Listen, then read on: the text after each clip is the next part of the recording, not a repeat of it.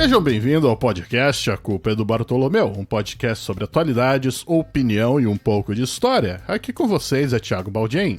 E aqui é Ricardo. Viva, Tiago. Como estás? Viva, Ricardo! Está reparando uma coisa diferente hoje? Então, o que é que se passa? Hoje é segunda-feira, não é mais quarta-feira, Ricardo. É verdade, hoje é segunda-feira. Nós mudamos o nosso dia. Exato, nós vamos publicar o nosso podcast agora nas segundas. Por quê? Porque facilita a nossa vida. É. E é melhor para os nossos ouvintes começarem bem a semana. Exato, e já começarem com polêmicas no trabalho, Ricardo. Exatamente. Uma boa Por discussão. exemplo, a de hoje, que nós vamos falar sobre o que vai ser da quarentena, quais os próximos passos e o que vai acontecer depois do evento especial do dia, Ricardo. Muito bem. Vamos então. Vamos lá.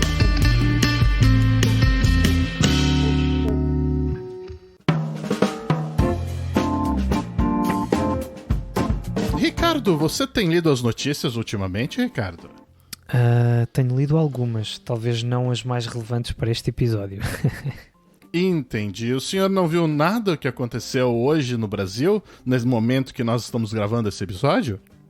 Não. O que é que aconteceu no Brasil hoje?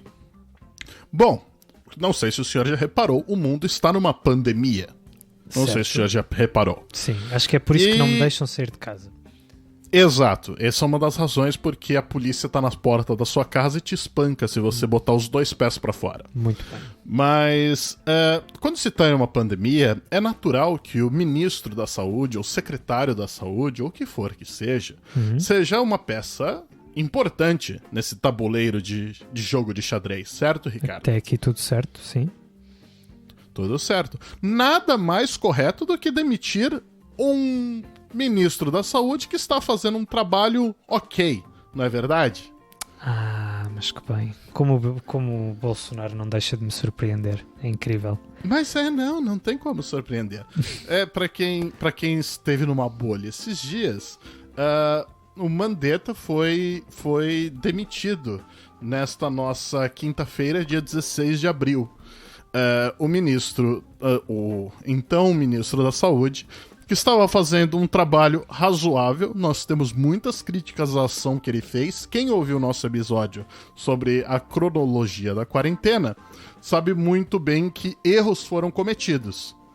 E ainda temos muitos erros que foram cometidos que ainda estão acontecendo. E agora nós temos um novo ministro da Saúde e aí paira uma questão no ar de todo mundo no Brasil, Ricardo. Qual é? Sabe qual é a questão? Quando essa porra vai acabar? Não é uma verdade? Porque nós estamos aqui na Austrália e o nosso primeiro-ministro aqui, Scott Morrison, está falando que as coisas podem voltar ao normal em 4 semanas. E nesse episódio nós vamos explicar o porquê e o que falta no Brasil para começar a fazer as coisas começarem a voltar ao normal. Eu vou adiantar já a primeira. Talvez não demitir o Ministro da Saúde a meio de uma pandemia seja um bom começo.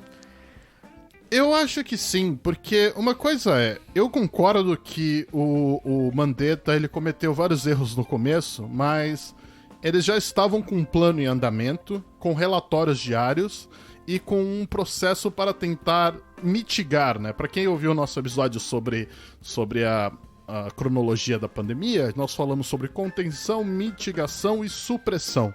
O Brasil está na fase de mitigação, porque o vírus está lá, está se espalhando, você não sabe aonde está, mas você tenta mitigar o impacto dele.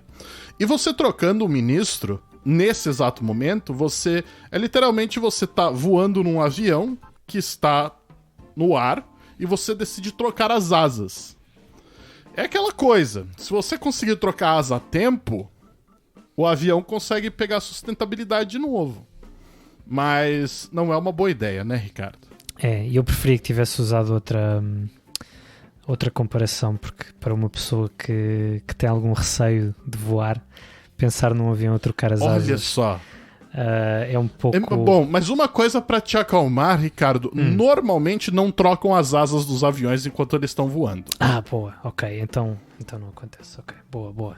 Então não acontece, não se preocupe. Fico mais descansado. Mas se você quiser um exemplo melhor, imagine trocar as rodas do carro com o carro andando. Ok, pode ser.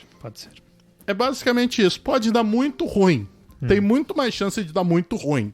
Mas, se você conseguir fazê-lo sem o carro capotar e perder o total controle, pode dar certo. Muito bem. Né, Ricardo? Mas essa é uma das primeiras coisas. Mas aí a gente vem a questão, né, Ricardo? O Brasil quanto a Austrália, os dois entraram nesse sistema de quarentena, porque uma coisa é bom lembrar, o Brasil não está em lockdown, igual estão os países europeus como Itália, Espanha e França. Uhum. O Brasil está numa quarentena onde você ainda pode sair de casa e frequentar locais que não estejam proibidos. Por exemplo, há locais em São Paulo e no Rio de Janeiro, como regiões da praia, que se tornaram um local proibido para você acessar. Certo?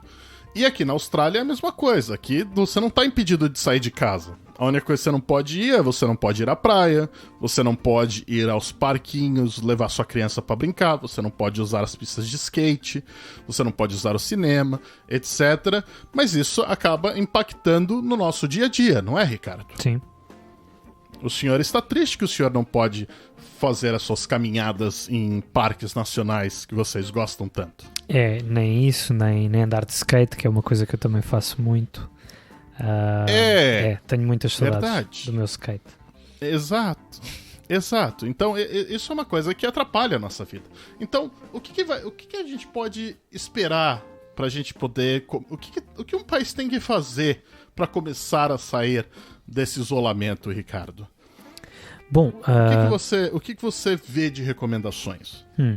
Bom, para começar a sair do isolamento, primeiro é preciso que esse país tenha tido uma ação forte e que tenha tido resultados, como é o caso da Austrália, que nós vamos falar, porque é um caso, acho que hoje em dia, com os números que temos nesta altura, sendo certo que a epidemia ainda está longe do fim, a Austrália é claramente um caso de sucesso no combate à epidemia, porque apesar de nas primeiras semanas o número de novas infecções ter crescido muito rapidamente e parecer indicar que a Austrália estava a seguir o mesmo caminho de países onde as infecções muito rapidamente tinham ficado descontroladas, como os casos de Espanha ou de Itália, a verdade é que a tendência inverteu-se também bastante rapidamente e essa curva descendente começou ainda antes do início do mês de Abril.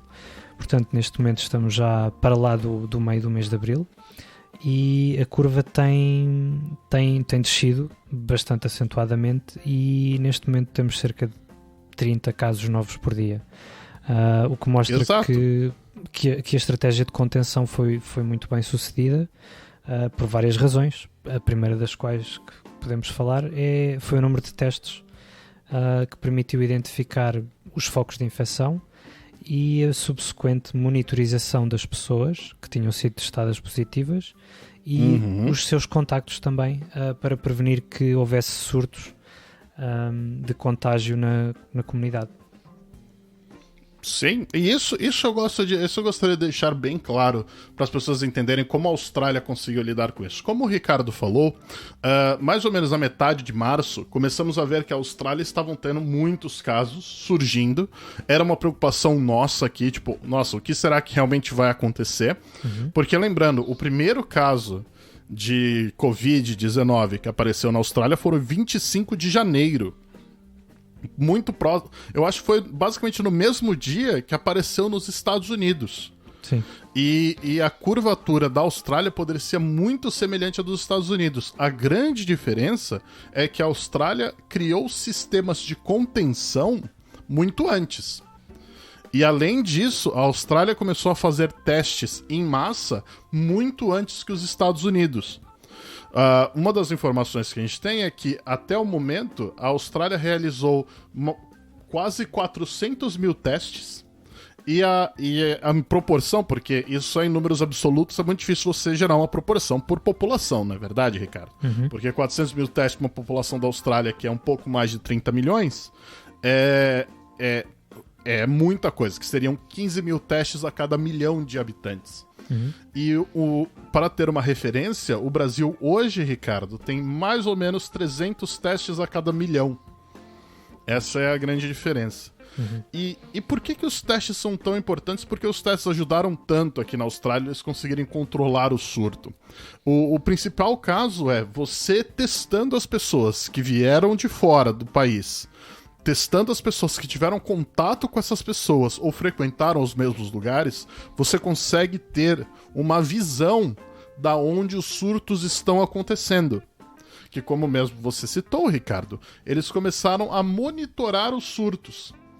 Por exemplo, houve um caso, eu não sei se o senhor leu sobre, dos mochileiros em Bondi. O senhor viu sobre isso? Sim. Os mochileiros em Bondi, para quem não sabe o que é um mochileiro, o mochileiro é aquele jovem com pouco dinheiro, que só tem a sua mochila e vai visitar países pelo mundo. E Bondi é um bairro onde fica a praia de Bondi, Bondi Beach, onde o Hugh Jackman mora, Ricardo. Você sabe quem é Hugh Jackman? Sei quem é, mas não sabia que tinha residência em Bondi. Ele mora em Bondi. Quando acabar a quarentena... Se você ver, tem várias fotos dele indo nadar na praia, cumprimentando senhorinhas de idade, tomando uma chuveirada. Então, aquela região é muito bela. O senhor sabe que é bonito ali. É. Tirando as pessoas. Sim. Se você tirar os 20 milhões de pessoas que ficam ali o tempo todo, é um lugar muito belo. E é um lugar muito famoso para mochileiros. O pessoal gosta de ficar ali. E uma pousada de mochileiros se tornou um foco de Covid-19. Só que a Austrália foi capaz, na verdade, Nova Gales do Sul, aqui em Sydney, foram capazes de identificar esse surto e conseguiram conter o avanço desse surto no bairro. Por quê? Porque eles estão testando ativamente e indo atrás das pessoas que estão sendo testadas. E isso é muito importante, não é verdade, Ricardo? Sim, é muito importante. E como disseste, foi por causa dessas estratégias de contenção e de monitorização que foi possível que o número tivesse baixado tanto. Porque nós sabemos de alguns países que a taxa média de infecção do Covid-19 é cerca de 2 a 3. Ou seja, este valor indica que cada pessoa que esteja infectada, em média, poderá vir a infectar 2 a 3 outras pessoas se não houver medidas de contenção, como por exemplo o lockdown que nós temos neste momento. Exato. E o que se passa é que com estas estratégias de que nós falamos, a Austrália conseguiu, com bastante eficácia, baixar bastante este número. Desde o início do mês de Abril, sim, desde cerca de dia 5 de Abril, que este número, este R0, que é a taxa de infecção na Austrália, está abaixo de 1, ou seja, cada indivíduo já, em média, já infecta menos de uma outra pessoa, e neste momento em que falamos, no final da semana de 17 de Abril, esse número já está bem perto de 0.5, ou seja, seriam precisas 2 pessoas infectadas em média para haver uma nova infecção.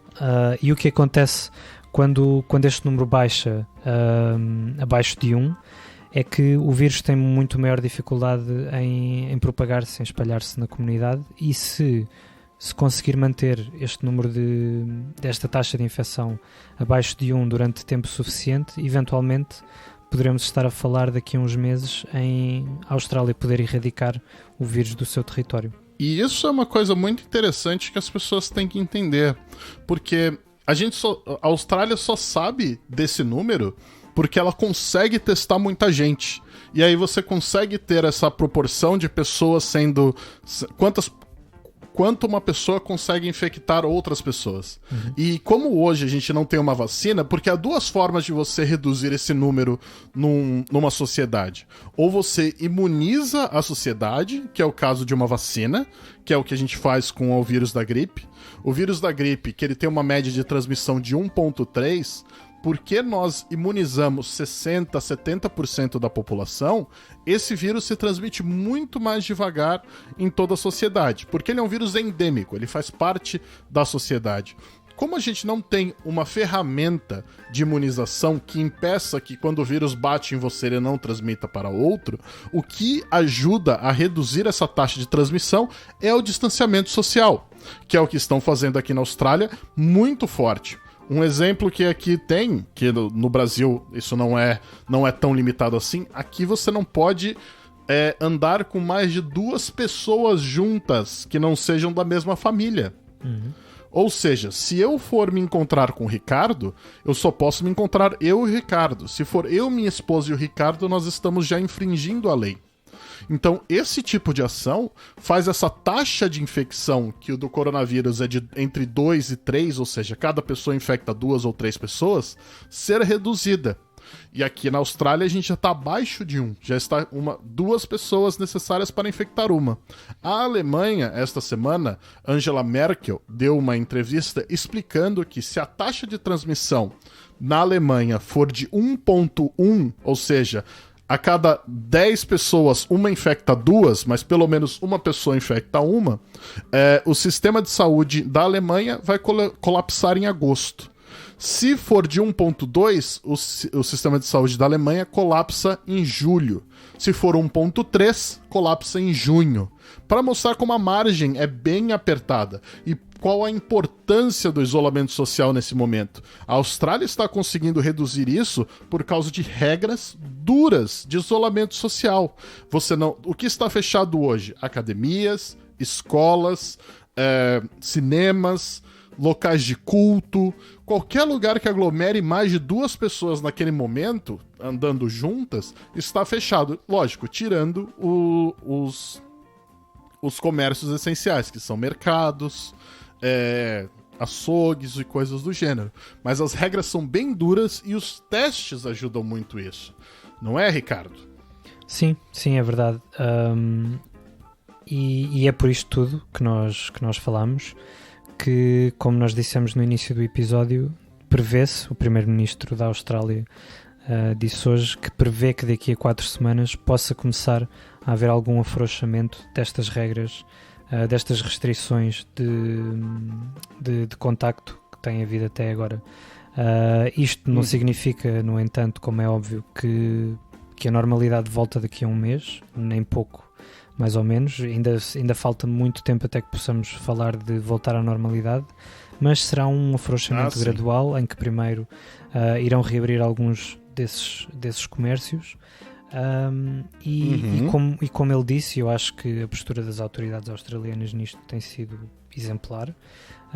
O que eles disseram foi que isto será quase uma questão de tentativa e erro, ou seja, nós vamos afrouxando um bocadinho, vamos ver como é que os números reagem, continuando e até aumentando o número de testes onde necessário, e se nós virmos em algum momento que os números estão a voltar a sair fora do nosso controle, então aí voltamos a apertar um bocadinho a válvula, e vai ser esta a ação por parte das autoridades, que eu acho que faz todo o sentido neste momento. Sim, eu concordo plenamente com esse processo, porque, como você falou, a normalidade talvez não volte tão cedo, né? E certamente, quando eles afrouxarem, eles vão definir determinadas regras para esses lugares continuarem. Por exemplo, hoje os mercados têm novas regras para você acessar os mercados, né? Os mercados têm que ter o álcool gel para você passar na mão ao entrar, eles têm que limpar os carrinhos do mercado, as cestinhas, tem que ter aquela proteção para a pessoa que passa a sua mercadoria na esteira, e certamente isso vai avançar para outras áreas do comércio, né? E tudo isso vai ser feito, vai ser evoluído, e como você falou, se eles começarem a identificar que a infecção está voltando, ou eles identificarem surtos em determinadas regiões, é muito mais fácil de conter a partir do momento que você já controlou a disseminação do vírus, porque se você acha, está tendo um surto neste bairro, você começa a restringir coisas naquele bairro e começa a monitorar as pessoas daquela região. E aí você consegue ver aonde isso daí consegue se disseminar, que é mais ou menos o que a Coreia do Sul está fazendo hoje, Ricardo. A Coreia do Sul, ela não voltou 100% à normalidade, mas eles estão tomando muito cuidado em, se alguém aparece com o vírus, de identificar quais pessoas essa pessoa conviveu, que é o que também querem fazer aqui com o novo aplicativo que eles querem lançar, onde você consegue saber com quais pessoas você andou e se essa pessoa foi infectada ou não, para você ter o direito de testar ou não. Sim, vai ser interessante, porque o que foi sobre esse aplicativo, estou curioso para ver qual é que vai ser a aceitação, porque a posição oficial neste momento é de que vai ser ou seja, tu podes instalar por tua própria iniciativa, não serás obrigado, Mas a ideia seria que para funcionar teria que ser instalado por pelo menos 40% da população do país. E caso isto não aconteça, caso este número não seja atingido, então talvez pensem em tornar isto mandatório por qualquer outra forma. Portanto, será interessante ver qual é que vai ser a adesão das pessoas a isto e quais as medidas que serão tomadas caso não se atinja aquele valor que neste momento está previsto. E aí cai naquela questão democrática, né? É verdade. Já estamos ali a pisar a linha. Exato, fica naquela linha muito tênue entre o governo ter acesso a informações privadas suas, porém, se eles fazem um aplicativo que você pode ou não instalar, você escolhe abrir mão da sua anonimidade para um bem maior. O problema é quando isso daí se torna mandatório, né? Porque, teoricamente, isso vai poder identificar o indivíduo. Uma coisa que aconteceu no Brasil, que o estado de São Paulo está fazendo, é tentar pegar informações das empresas de telefonia para tentar identificar aonde acontecem aglomerações e quanto as pessoas estão se movendo. Porém, se você não tem a informação de quem é quem, você ainda fica naquela linha de não quebrar a Constituição, porque você não sabe se aquele ponto é o José ou a Maria, né? Mas ainda é uma linha muito tênue. Não é verdade, Ricardo? É verdade. Maravilha.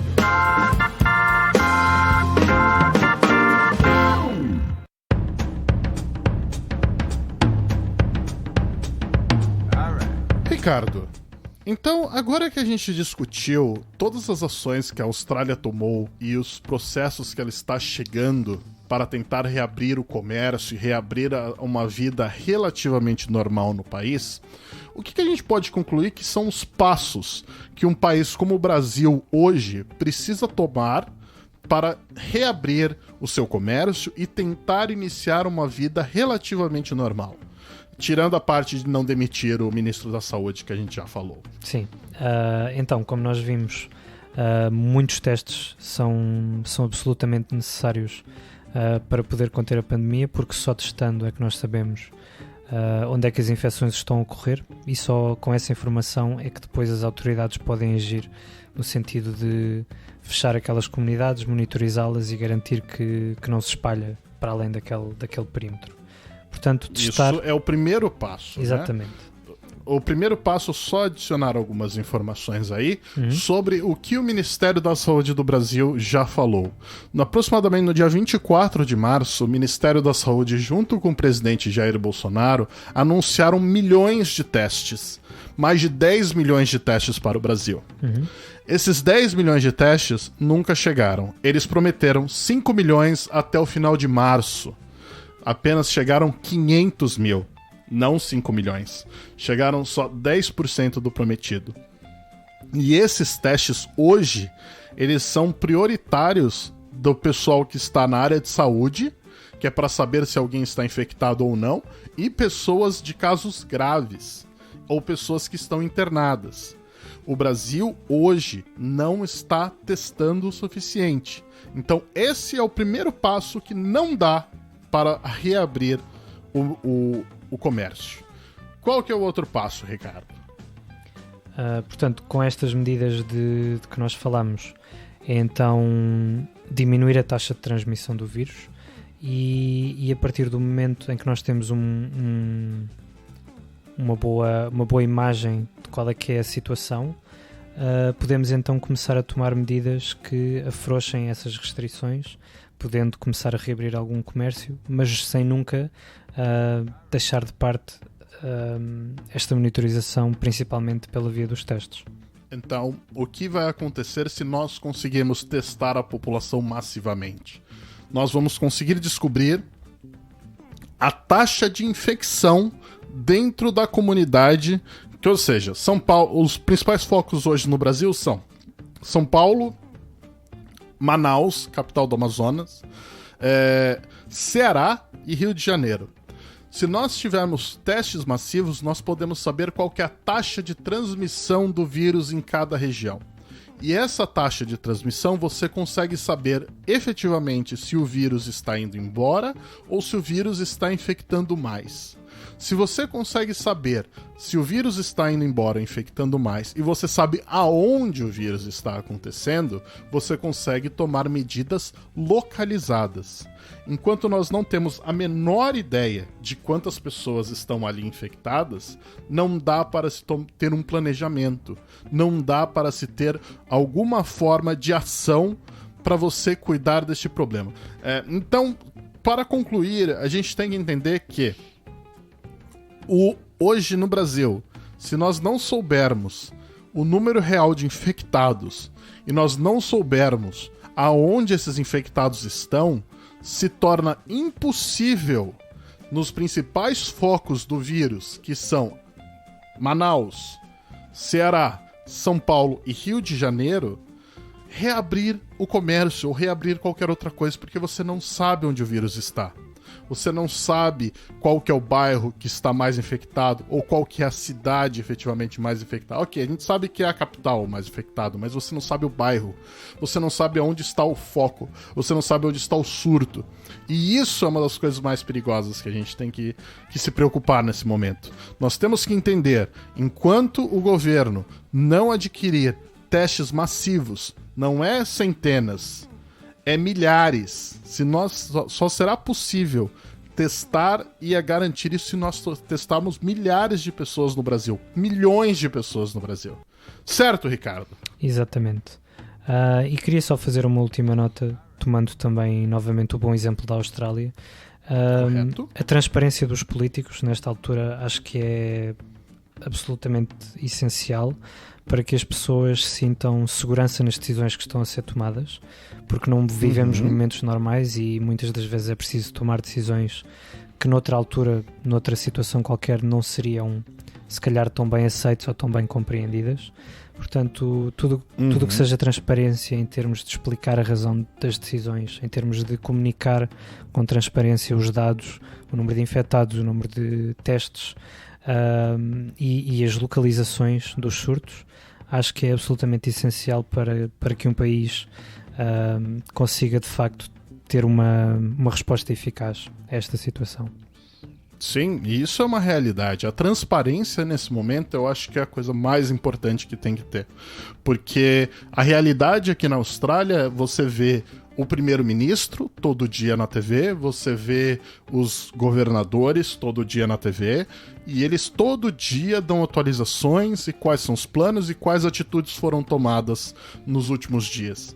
E isso é uma coisa que nós temos que cobrar dos nossos políticos, nós temos que cobrar do presidente da República e nós temos que cobrar do novo ministro da Saúde.